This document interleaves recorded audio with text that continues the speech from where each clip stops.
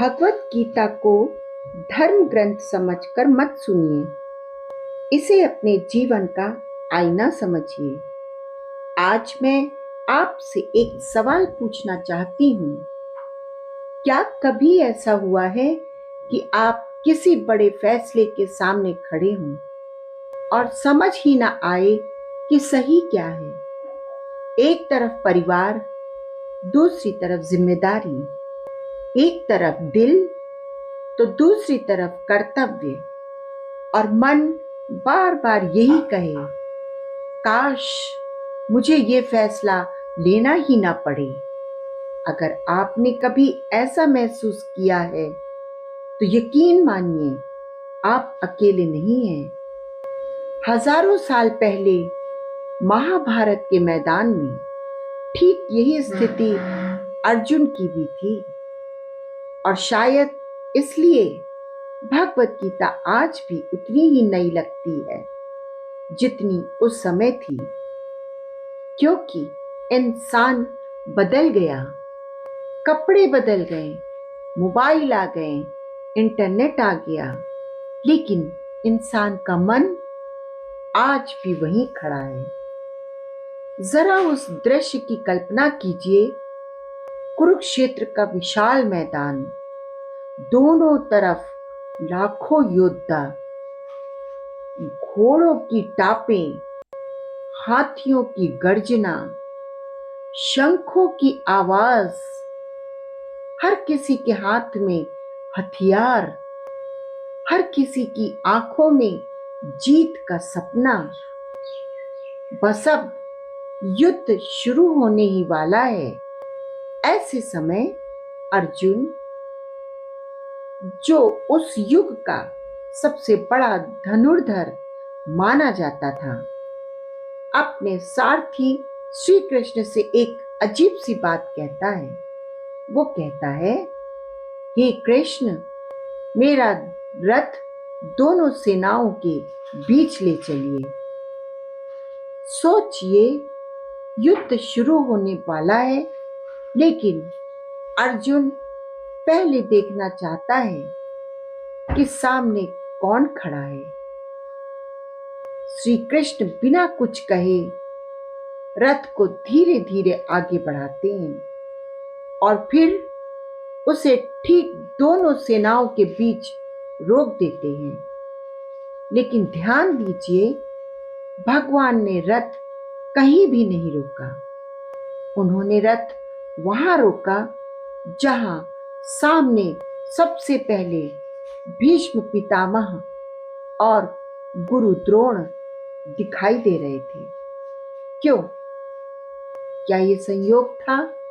नहीं, भगवान जानते थे मनुष्य का सबसे बड़ा संघर्ष दुश्मनों से नहीं होता, अपने लोगों से होता है। दोस्तों, यही बात आज भी हमारे जीवन में होती है।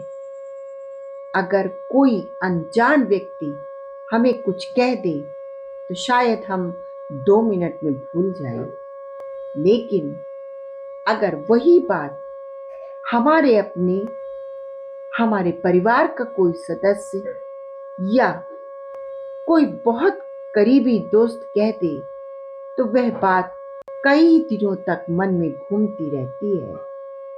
क्यों? क्योंकि जहां अपनापन होता है वहीं सबसे ज्यादा भावनाएं जुड़ी होती हैं, और जहां भावनाएं होती हैं वहीं सबसे बड़ा संघर्ष भी होता है। अब जरा अपनी जिंदगी के बारे में सोचिए, कितनी बार ऐसा हुआ होगा कि आपको अपने ही बेटे या बेटी को डांटना पड़ा हो जबकि आपका मन नहीं चाहता था। कितनी बार ऑफिस में अपने ही दोस्त की गलती पकड़नी पड़ी होगी। कितनी बार परिवार के किसी सदस्य की बात गलत लगी होगी, लेकिन रिश्ता बचाने के लिए चुप रह गए होंगे। यही तो जीवन है, और यही अर्जुन भी महसूस करने वाला है। श्री कृष्ण ने अर्जुन से केवल एक शब्द कहा, पार्थ देखो, बस इतना ही। उन्होंने ये नहीं कहा युद्ध करो, उन्होंने ये भी नहीं कहा मत डरो, उन्होंने कोई लंबा उपदेश नहीं दिया, सिर्फ कहा देखो। ये देखो शब्द बहुत छोटा है, लेकिन इसके अंदर पूरी गीता छिपी हुई है। क्योंकि जब तक हम अपनी समस्या को ठीक से देखते नहीं, तब तक उसका समाधान भी नहीं मिलता। आज भी जब हमारे जीवन में कोई समस्या आती है, तो हम सबसे पहले क्या करते हैं? हम भागने लगते हैं। कोई मोबाइल में खो जाता है, कोई टीवी देखने लगता है, कोई घंटों सोशल मीडिया चलाता है, कोई बिना वजह लोगों से लड़ने लगता है। लेकिन हम अपनी समस्या को बैठकर देखते नहीं। हम अपने मन से पूछते ही नहीं, आखिर मुझे परेशान क्या कर रहा है? और यही कारण है कि छोटी सी परेशानी धीरे धीरे बहुत बड़ी बन जाती है। भगवान भी जानते थे, अगर अर्जुन बिना सोचे युद्ध शुरू कर देगा तो शायद जीत जाएगा, लेकिन भीतर से हार जाएगा। इसलिए उन्होंने पहले उसके मन का युद्ध सामने आने दिया। यही तो एक अच्छे गुरु की पहचान होती है। अच्छा गुरु सीधे जवाब नहीं देता, पहले वह आपको आपके मन से मिलवाता है। जरा सोचिए, अगर आपका कोई बच्चा उदास बैठा हो, तो क्या आप तुरंत कहेंगे चलो सब ठीक हो जाएगा? नहीं, आप पहले पूछेंगे, बेटा हुआ क्या है? क्यों? क्योंकि जब तक दर्द बाहर नहीं आएगा, तब तक इलाज कैसे होगा? श्री कृष्ण भी यही कह रहे थे। वो जानते थे अभी अर्जुन को ज्ञान देने का समय नहीं है। अभी उसे अपने मन की सारी उलझन बाहर निकालनी है। दोस्तों, जीवन में कई बार भगवान भी हमारे रथ को बीच रास्ते में रोक देते हैं। कभी नौकरी चली जाती है, कभी बिजनेस में नुकसान हो जाता है, कभी कोई अपना साथ छोड़ देता है, कभी बीमारी आ जाती है, और हम सोचते हैं भगवान मेरे साथ ऐसा क्यों कर रहे हैं? लेकिन क्या पता भगवान हमें सजा नहीं दे रहे, बल्कि रोककर कुछ दिखाना चाह रहे हों। क्योंकि जो इंसान दौड़ते दौड़ते कभी रुकता ही नहीं, वो खुद को देख भी कैसे पाएगा? यही कारण है कि गीता की शुरुआत युद्ध से नहीं, देखने से होती है। पहले देखो, फिर समझो, फिर निर्णय लो। आज हम उल्टा करते हैं। पहले निर्णय ले लेते हैं, फिर पछताते हैं, और बाद में समझाने की कोशिश करते हैं। अब अर्जुन की नजर धीरे धीरे पूरी सेना पर घूमने लगती है, और अगले ही पल उसे दुश्मन नहीं दिखते, उसे अपने लोग दिखने लगते हैं। दादा, गुरु, चाचा, भाई, मित्र, भतीजे, और वही क्षण उसके जीवन का सबसे बड़ा मोड़ बन जाता है। यहीं से महान योद्धा अर्जुन का धनुष नहीं, उसका मन कांपना शुरू होता है। और दोस्तों, यहीं से शुरू होती है गीता की सबसे गहरी यात्रा। और इस तरह से श्री कृष्ण अर्जुन का रथ दोनों सेनाओं के बीच लाकर खड़ा कर देते हैं, और उन्होंने केवल एक शब्द कहा था, पार्थ देखो। और बस यहीं से अर्जुन के जीवन का सबसे बड़ा परिवर्तन शुरू हो गया। जरा अपनी आंखें बंद करके उस दृश्य की कल्पना कीजिए। कुरुक्षेत्र का मैदान, चारों ओर धूल उड़ रही है, शंख बज चुके हैं, हर योद्धा अपने हथियार संभाल चुका है। अब बस एक संकेत का इंतजार है और युद्ध शुरू हो जाएगा।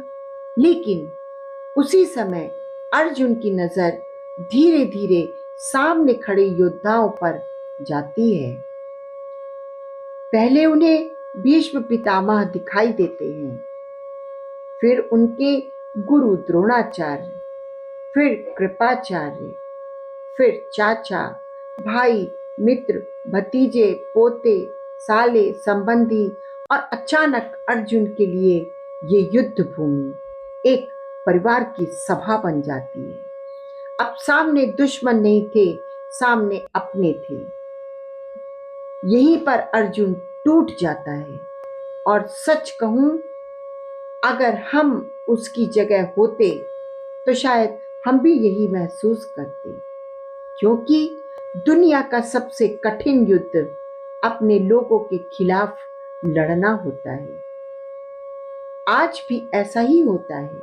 मान लीजिए एक पिता अपने बेटे की गलती जानता है। अगर वह उसे रोके तो बेटा नाराज होगा, अगर ना रोके तो उसका भविष्य बिगड़ सकता है। अब वो करे तो क्या करे? एक शिक्षक अपने ही प्रिय विद्यार्थी को परीक्षा में नकल करते देख ले तो क्या करे? एक डॉक्टर जिस मरीज का ऑपरेशन करने जा रहा है वो उसका अपना भाई हो तो क्या वह बिल्कुल सामान्य रह पाएगा? शायद नहीं। यही अर्जुन के साथ हो रहा था। अर्जुन भगवान श्री कृष्ण से कहता है, हे कृष्ण, मेरे शरीर की शक्ति खत्म होती जा रही है। ध्यान दीजिए, वो सबसे पहले अपने मन की नहीं, अपने शरीर की बात करता है। क्यों? क्योंकि जब मन परेशान होता है तो सबसे पहले उसका असर शरीर पर दिखाई देता है।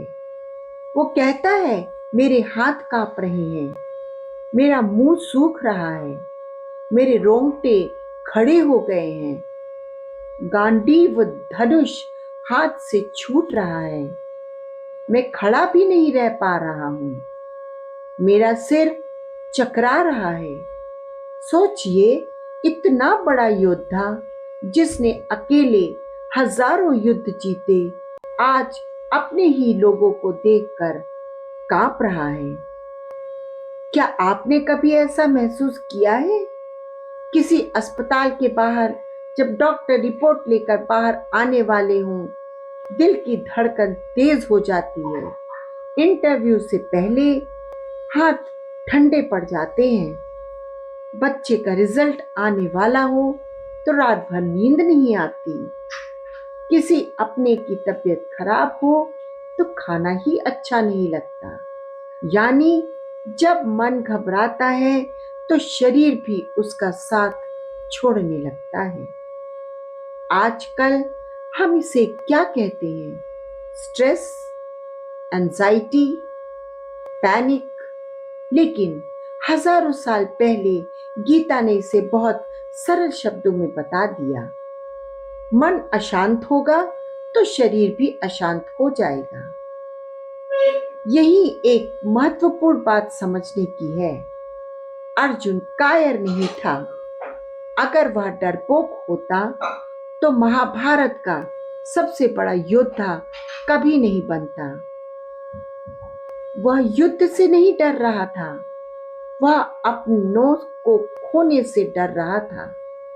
और इन दिनों में बहुत बड़ा अंतर है।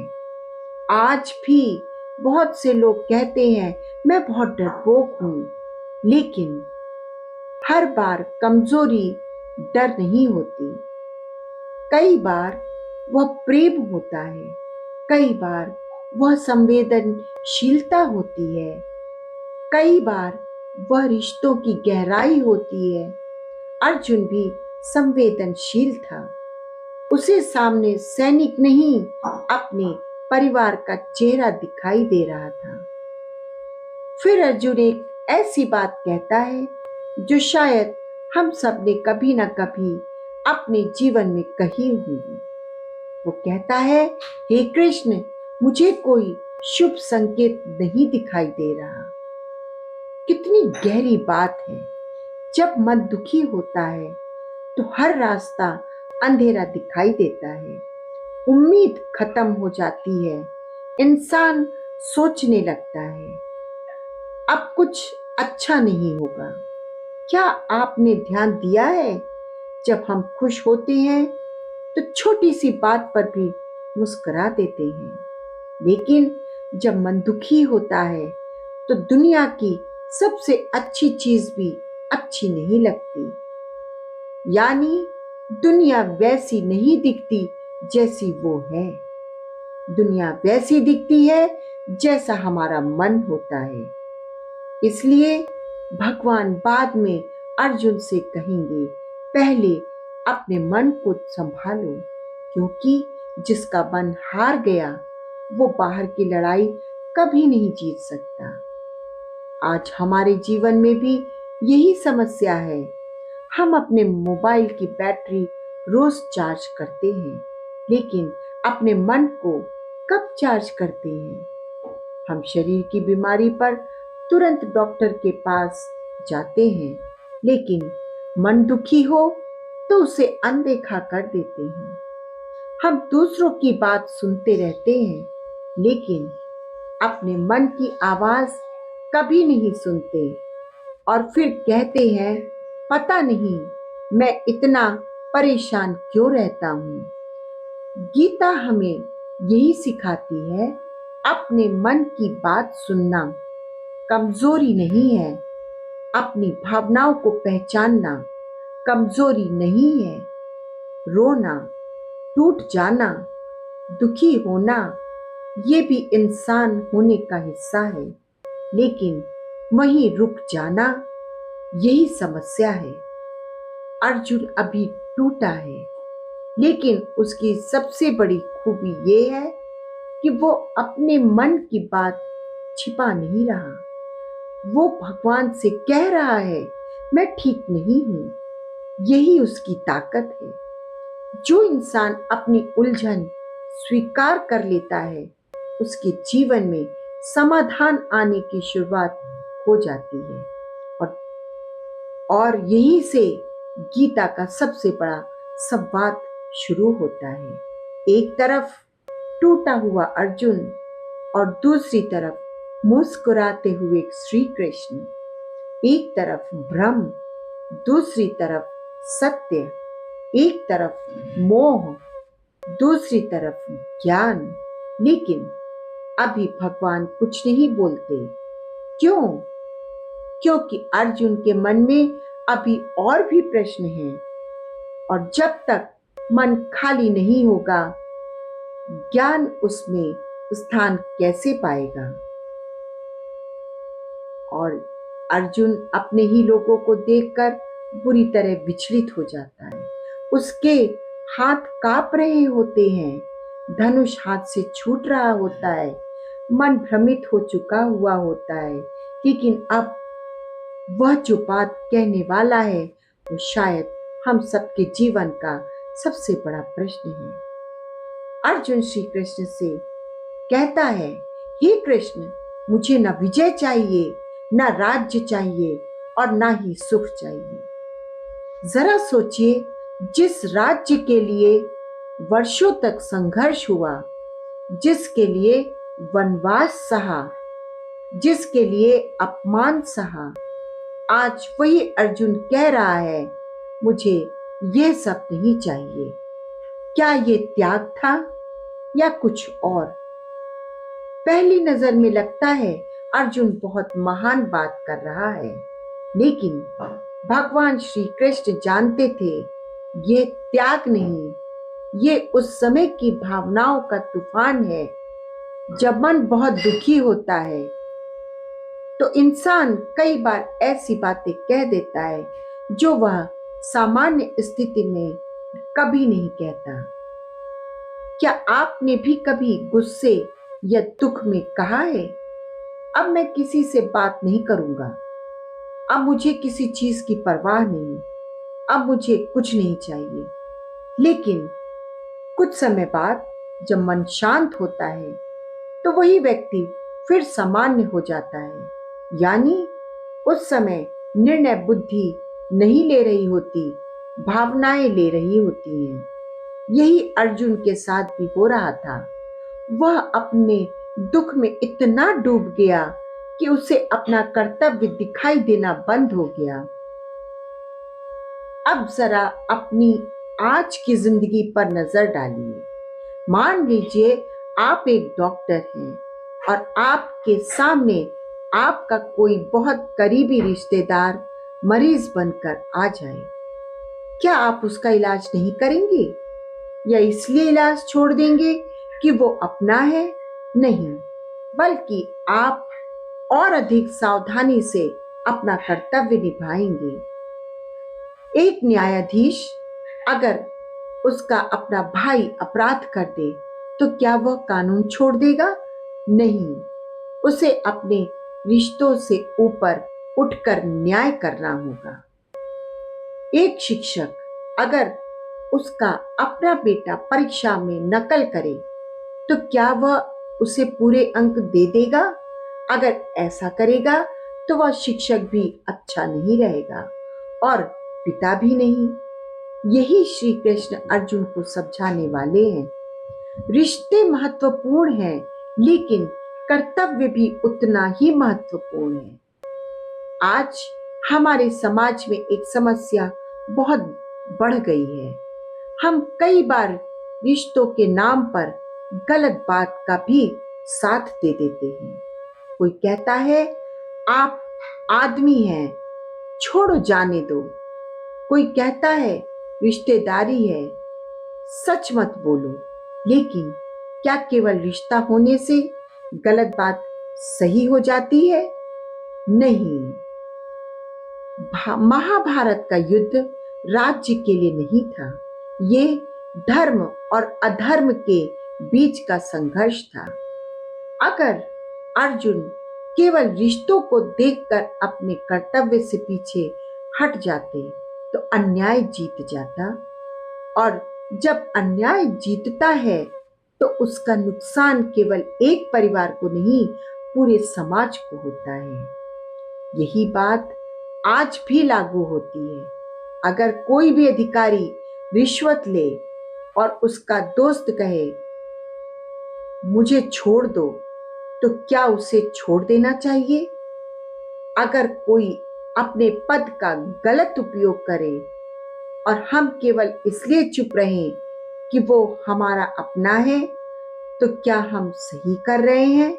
शायद नहीं। यहाँ एक बहुत गहरा अंतर समझना जरूरी है। प्रेम और मोह में अंतर। प्रेम सभी रास्ता और सच्चाई का रास्ता दिखाता है।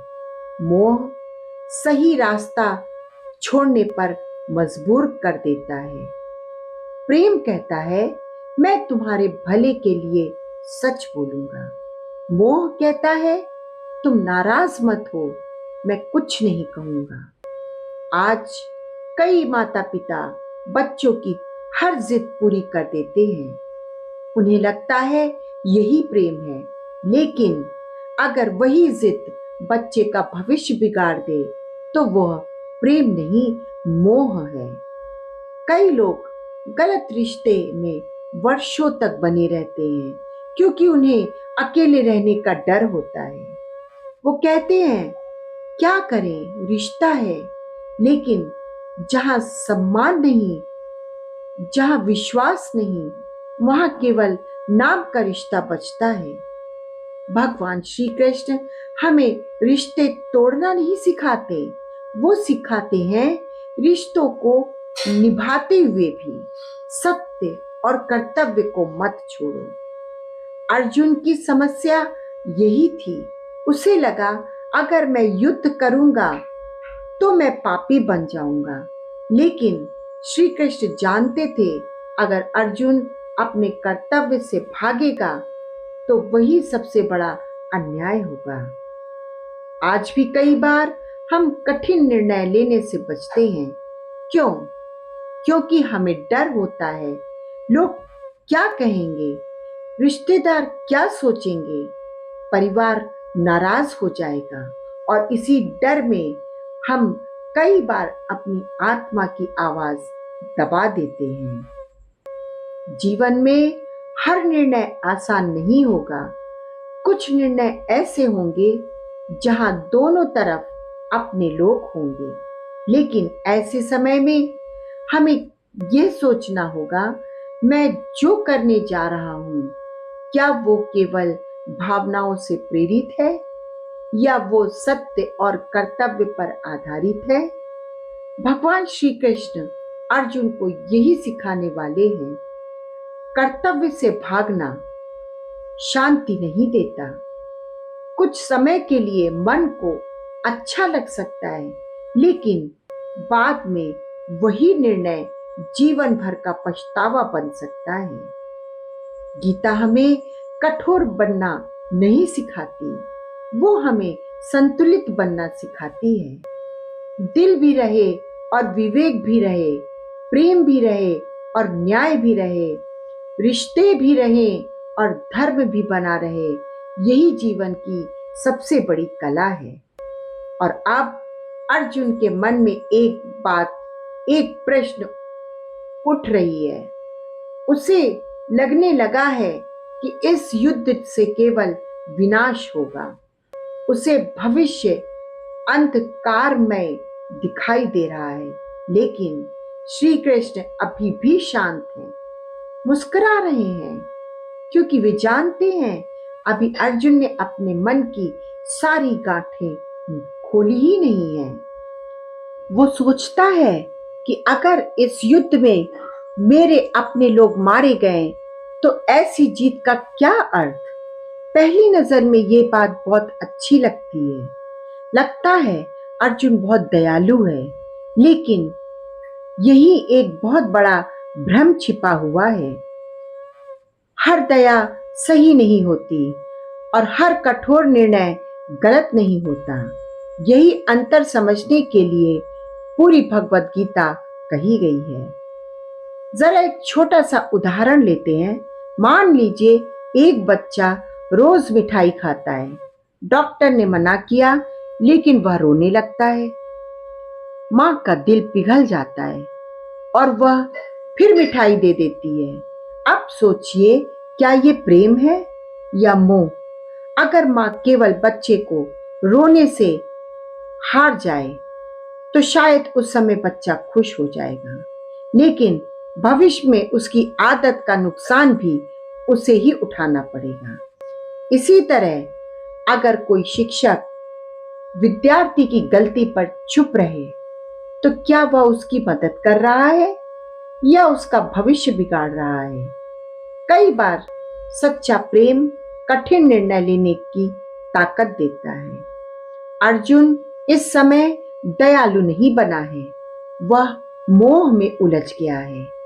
उसे लग रहा है मैं युद्ध नहीं करूंगा तो सब ठीक हो जाएगा, लेकिन क्या सचमुच ऐसा होता? अगर अन्याय को कोई ना रोके तो क्या समाज सुरक्षित रहेगा? अगर हर अच्छा इंसान कठिन निर्णय लेने से पीछे हट जाए तो क्या बुराई अपने आप रुक जाएगी? शायद नहीं। आज भी यही समस्या हमारे समाज में दिखाई देती है। कई लोग गलत बात देखकर भी चुप रहते हैं, कहते हैं हमें क्या लेना देना, क्यों किसी के मामले में पड़े। धीरे धीरे यही चुप्पी गलत बात को और मजबूत बना देती है। महाभारत हमें हिंसा नहीं सिखाता, महाभारत हमें यह सिखाता है कि जब अन्याय बार बार समझाने के बाद भी ना रुके तब धन की रक्षा के लिए साहस भी जरूरी होता है। अब एक बात पर ध्यान दीजिए, अर्जुन लगातार बोल रहा है, लेकिन श्री कृष्ण लगभग मौन है। क्या भगवान के पास उत्तर नहीं था?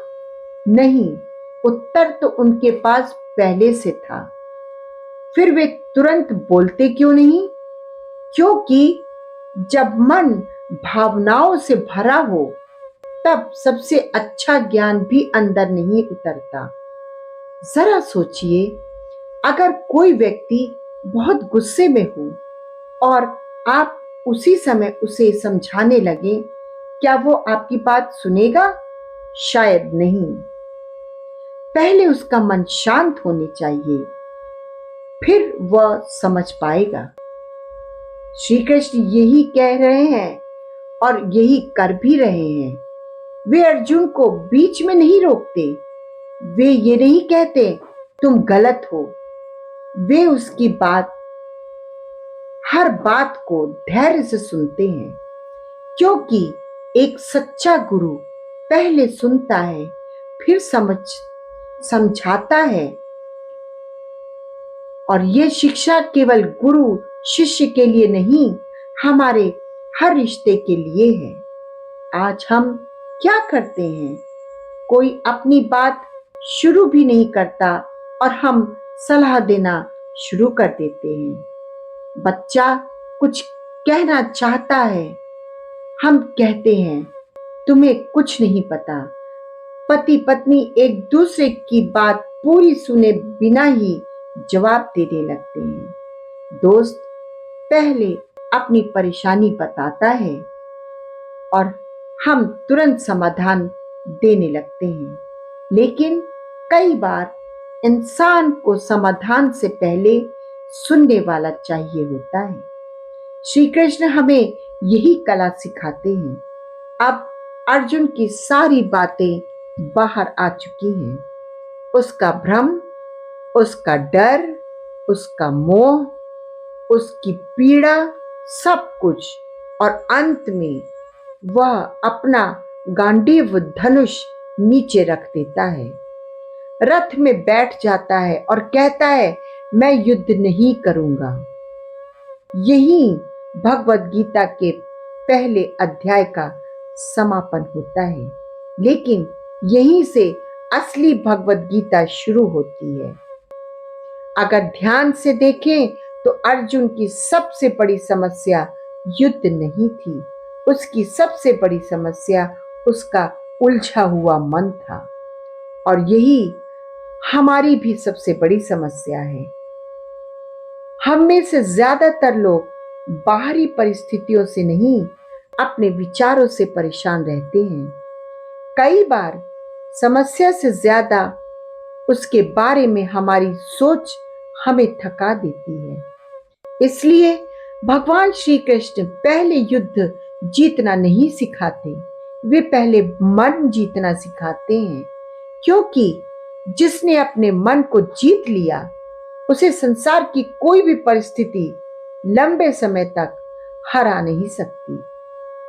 आज की वीडियो में केवल एक बात याद रखिए, जीवन में जब भी आप किसी कठिन निर्णय के सामने खड़े हों, तो तुरंत निर्णय मत लीजिए। पहले रुकिए, देखिए, अपने मन को समझिए और फिर सोचिए, क्या मैं ये निर्णय डर से ले रहा हूं या कर्तव्य से? यही प्रश्न भगवान श्री कृष्ण अर्जुन से पूछने वाले हैं। अगले एपिसोड में हम प्रवेश करेंगे भगवत गीता के दूसरे अध्याय में, जहां पहली बार श्री कृष्ण मौन तोड़ते हैं और कहते हैं, हे अर्जुन, तुम्हारा ये शोक उचित नहीं है। यहीं से शुरू होती है वो अमर शिक्षा जिसने हजारों वर्षों से करोड़ों लोगों के जीवन को दिशा दी है। अगर आपको यह चर्चा अच्छी लगी हो तो अगले भाग में अवश्य मिलिए।